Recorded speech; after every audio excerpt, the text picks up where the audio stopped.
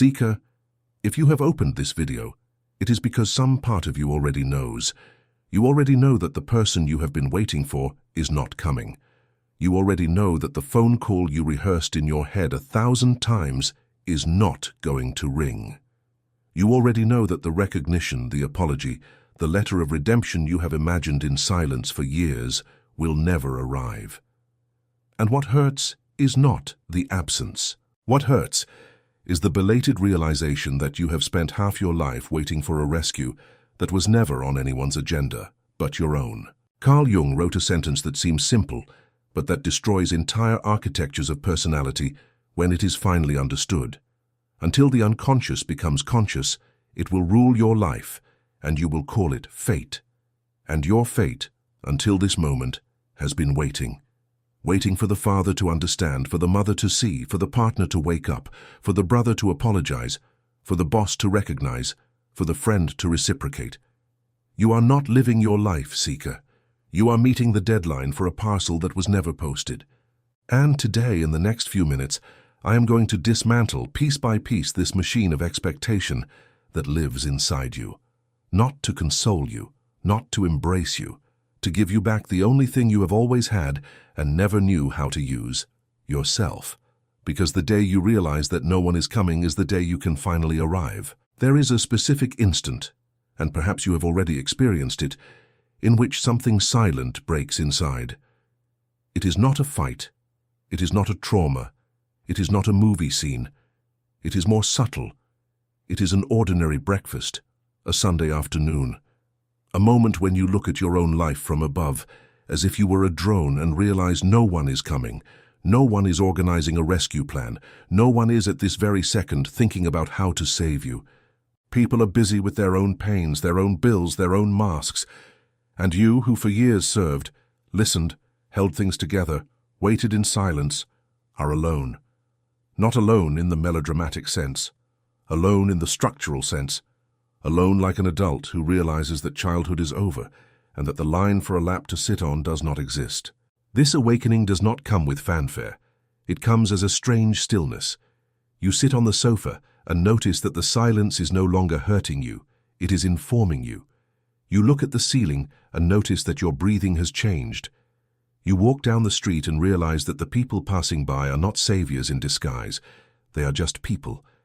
And in that moment, the blindfold falls. You begin to see relationships as they really are, and not as you needed them to be in order to keep sleeping. You see the friend who calls only when they need something. You see the relative who offers conditional love dressed up as tradition. You see the partner who confuses presence with affection and silence with peace. And the first reaction is not anger. It is a cold astonishment.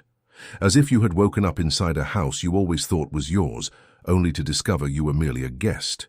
Jung would call this the first conscious contact with the shadow. And this is where we need to go deeper, because your shadow, Seeker, is not only what you repress of anger, of envy, of desire. Your shadow is also what you repress of need. The childish, primitive, deeply human desire to be saved, to be carried, to be seen without having to ask, to be loved without having to prove it. This desire did not die when you grew up. It just went to the basement, and from the basement it continues to drive your life. Think carefully. Why do you try so hard to please? Why are you incapable of saying no without feeling guilty for 3 days? Why do you become the most useful, most loyal, most available, most patient person in the group? You think it is virtue. You think it is character. I will tell you what it is. It is an unconscious contract. You are paying, in monthly installments of self-annulment, the hope that one day someone will notice your dedication and come to rescue you. You have built an entire personality around waiting, and this personality has a cost you haven't yet calculated. It prevents you from being a real person, because real people disappoint, have limits, say no, take a stand, and you cannot do any of that because the rescue hasn't come yet, and you don't want to ruin your chances. Here lies the cruelest trap of the psyche. The more you annul yourself to be saved, the less visible you become. The more you please, the more predictable you get. And the predictable does not awaken rescue. The predictable awakens silent abuse, polite exploitation. mutual dependence. People do not save you, seeker. They use you, and they call it friendship, family, love.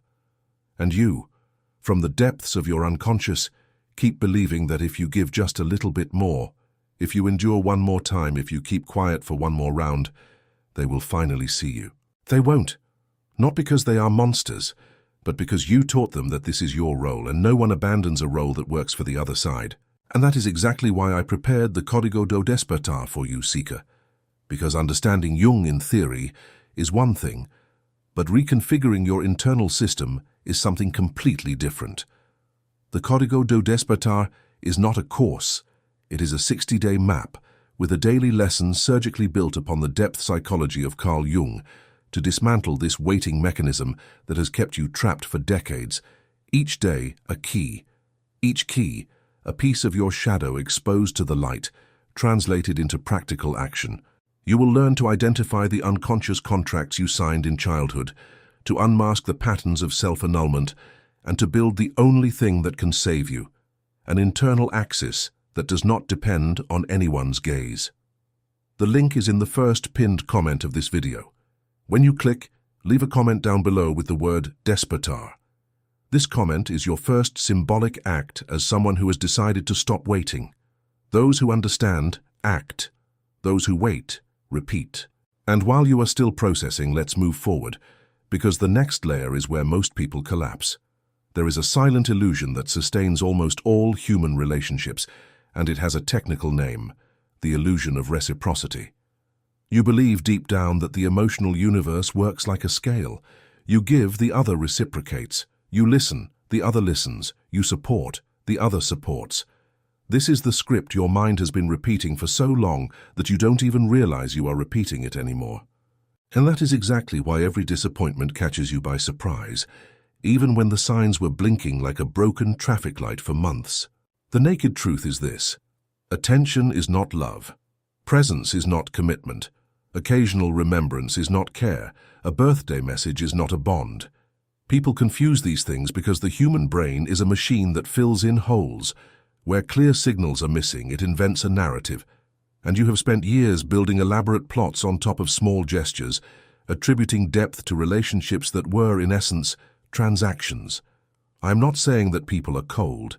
I am saying that most relationships are conditional, and conditionality is the rule, not the exception. You are loved as long as you serve. You are included as long as you fit in. You are wanted as long as you don't get in the way. If you change, if you decide, if you take a stand, observe how many bonds survive the first month. This is the test that no one wants to apply, because the result destroys fictions built over an entire lifetime. You discover that that friend of 20 years was a friend to your compliant version. You discover that that close relative was close as long as you were emotionally financing their comfort. You discover that that romantic partner loved your ability to absorb their discomfort without complaining.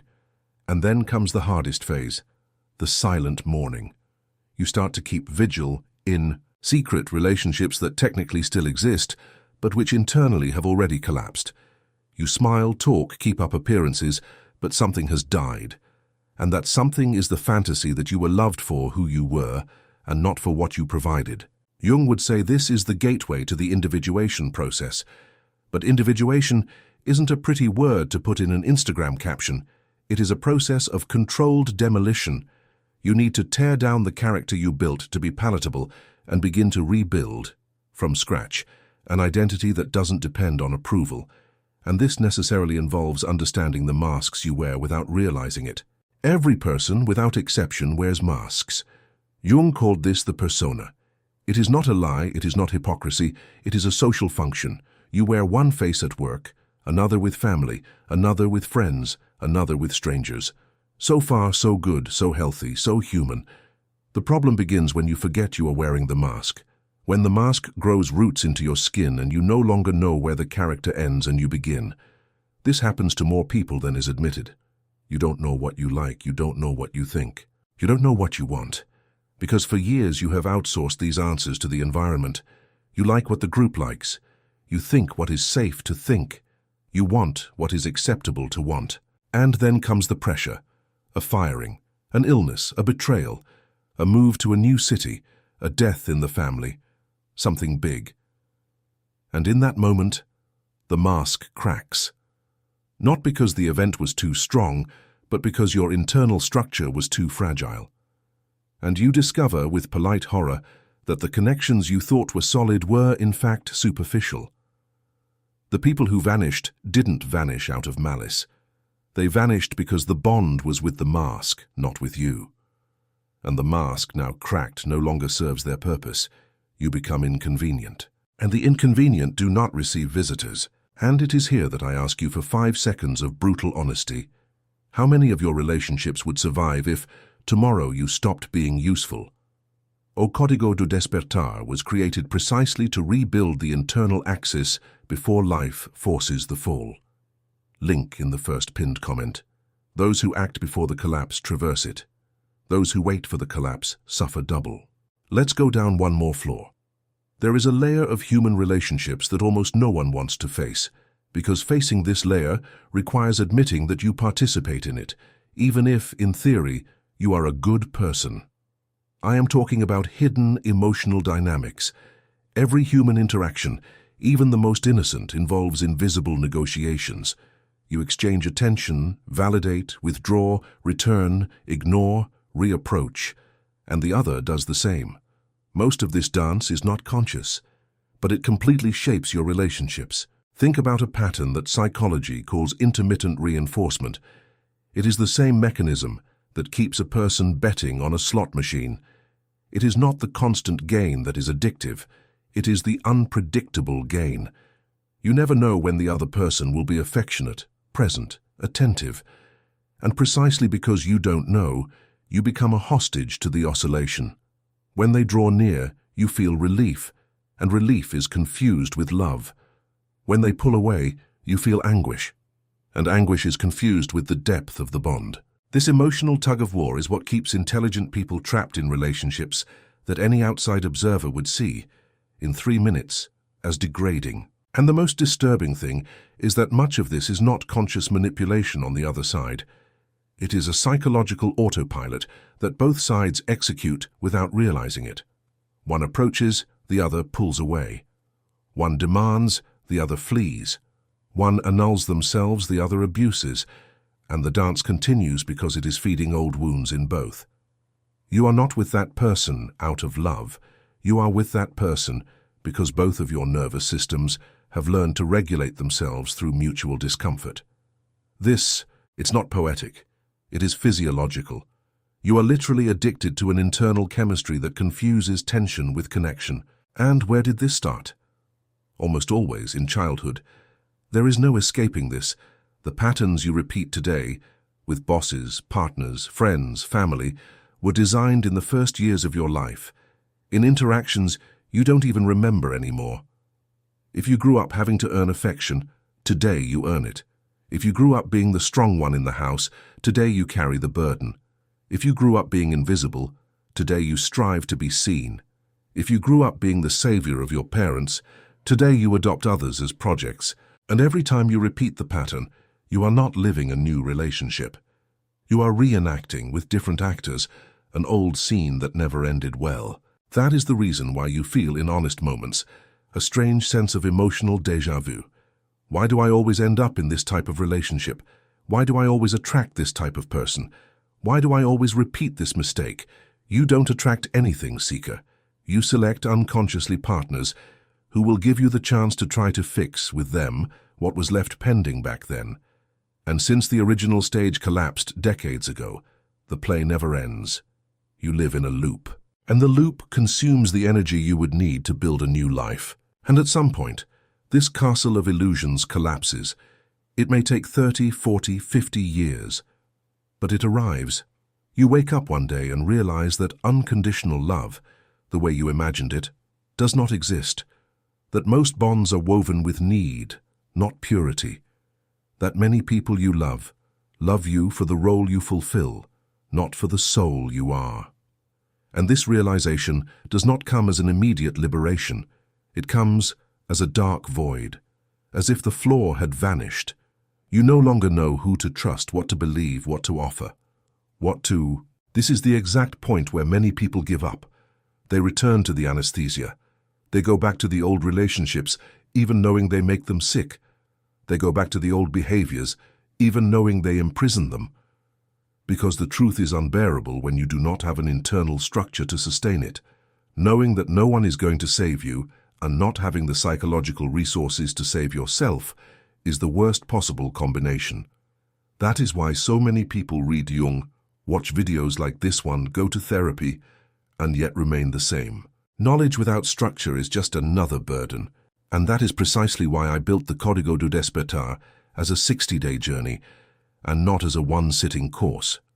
Because reconfiguring the psyche requires daily repetition, gradual exposure, and consistent practice. Each day, a lesson. Each lesson, a concrete movement to get out of waiting and into internal action.